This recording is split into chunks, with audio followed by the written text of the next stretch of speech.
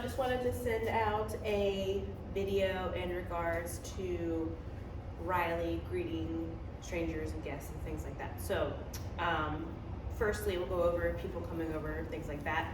I always start out, if I know that people are coming over, I want to start out with him being on leash. Riley is not, not going to be able, because he's a dog, make a conscious decision of, I shouldn't jump on people, or I shouldn't get really excited. He's a dog, and dogs in the moment, if they're not being guided properly, they just do. So jumping up and getting excited, that's a very self-rewarding thing. It just feels good for him to do. He is a social dog, he wants to say hi, he's nosy and rude and all of those good puppy things. So I want to put him on a leash so I can help him make better decisions, things that help him do behaviors that I would prefer him to do when people come over. So if he's on leash, he can't run up and jump on them because you can simply stop him from doing so. What are you doing? I prefer to strive for, I know I have treats in there, strive for neutrality around people, other people. Whether that's a good friend coming over, someone that comes over all the time, or just someone random like the delivery person, whatever. So I don't let there be a lot of interaction until basically he doesn't care anymore. So every time he wants to go up and say hi, let me back up a little bit. So what I'm trying to get at is we always do the like, I need you to be calm, and then somebody can say hi, all of that stuff. That's okay to an extent, but unless it's done extremely strategically, what we do is we build up the anticipation of being able to greet the person, and it makes it more rewarding. So I want to take away that rewarding factor. I'm not saying that he can't socialize with people coming over and things like that, but what I want him to do is to just be able to coexist when people come over and not be so invested and fixated on saying hi and getting like pet and treats and all of that stuff. So put him on leash. When someone comes over, he's just hanging out with you. Every time he gets a little bit excited, nope, we bring him back out of that space and back into our space. So initially it's going to be a lot more handling of him because we have to help create new habits for him. Once those habits are consistently being enforced and reinforced, you won't have to be so hands-on with it. It'll just be natural for him. So what I'm looking for is people come over, every time he gets so excited, nope, pull him away. And I want you to just hang out, and they hang out, and you're socializing with your friends, your family, whatever, whoever's coming over, and he just doesn't care anymore. Because every time he goes to the end of the leash to say hi, nope, we pull him back and bring him into our space. And it's not something that we're doing in a mean way. Like, I'm not saying, no, you can't say hi to them like as a punishment sense. I want it to just be like, nope, because we know that he can't handle the excitement. So we're just, no, pulling him back out of their space. And when he stops pulling towards them, the leash is slack, we leave him alone. Hey, no. And we just give him his space. I want him to learn how to self-regulate and self-soothe in their presence, and that is going to be the ideal dog, at least in my opinion, where he's just calm and hanging out, and he's not so fixated on having attention from people. And once he's at a relaxed state, then we can leave him alone.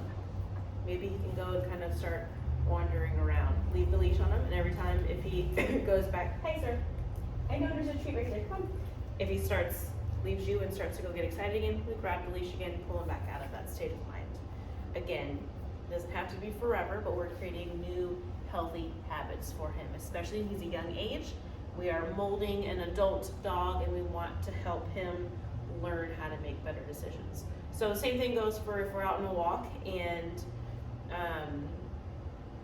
somebody walks by, or maybe you want to talk to somebody, whatever. If it's a stranger and we will probably not have a future relationship with them, then we just, no interaction.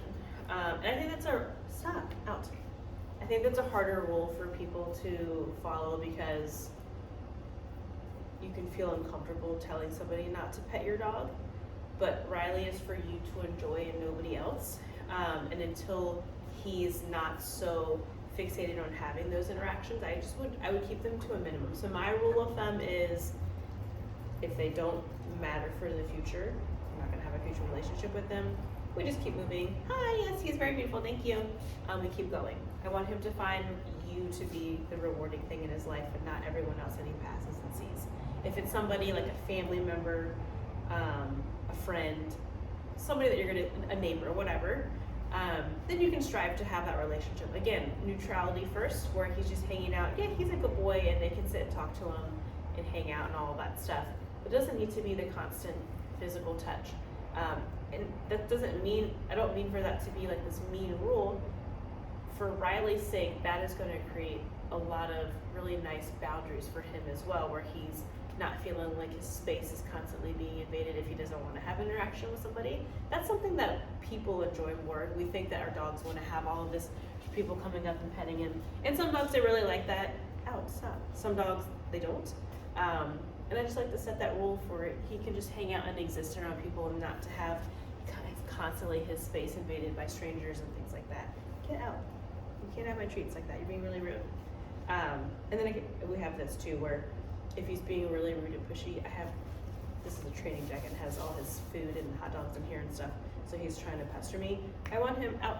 I want him giving me space. So outside of the context of guests and strangers and things like that, for your sake, he has to learn how to give people boundaries. So if he's touching me and doing all that stuff, like he's trying to, like, essentially like, hey, remember that there's food in there, he's nudging me to be rude.